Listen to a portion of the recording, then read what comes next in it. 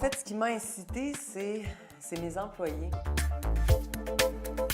Et de toute façon, même si c'était moi qui avais fait ma candidature, en quelque part, tu le dois aussi à tes employés parce que tu es un bon chef d'entreprise, mais un bon chef d'entreprise veut dire être avec des gens, d'être entouré de gens qui sont aussi dévoués que toi puis qui vont se donner pour ta compagnie. Alors, je leur dois beaucoup.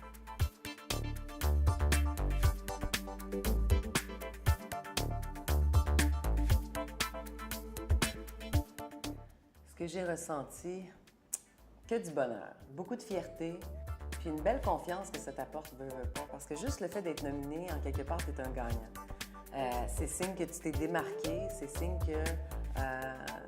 que les gens ont embarqué dans ton projet, puis même toi, ça te concrétise un peu les décisions que tu as prises, ça te confirme que tu as pris les bonnes décisions.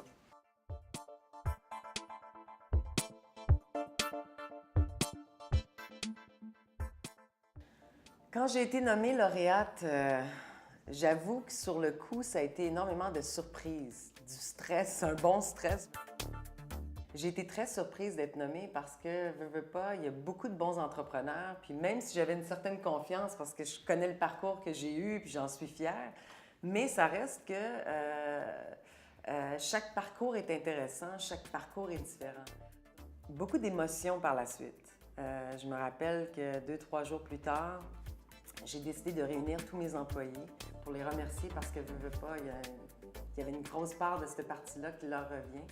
Et cette fois-là, je vous dirais que l'émotion, c'était beaucoup de sensibilité, puis en même temps, beaucoup de reconnaissance envers mes employés qui sont aussi dévoués que moi pour ma compagnie. C'est sûr que de gagner un prix en tant que comédienne, chanteuse, c'est pour un projet qui est très précis. Donc, c'est quelque chose de très court, sauf que la différence pour moi, c'est que c'est un parcours complet. Quand tu gagnes un prix comme femme d'affaires, c'est pas juste le temps d'un 6 mois de travail, mais plutôt toute l'évolution, tout ton parcours au complet. C'est ça qui a fait qu'aujourd'hui, tu gagnes un prix. Alors, c'est encore plus gratifiant. Il y a quelque chose de très fort.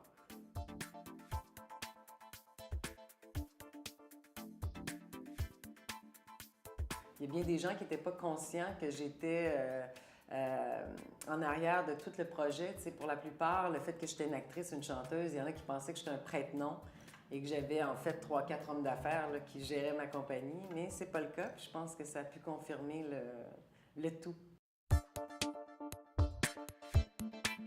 En partant, les artistes sont considérés comme des très mauvais gestionnaires.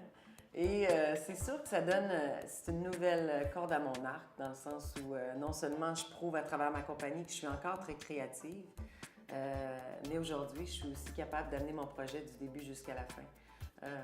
Comme je dis toujours, depuis que je me suis partie en compagnie, j'ai l'impression de faire travailler les deux côtés de mon cerveau.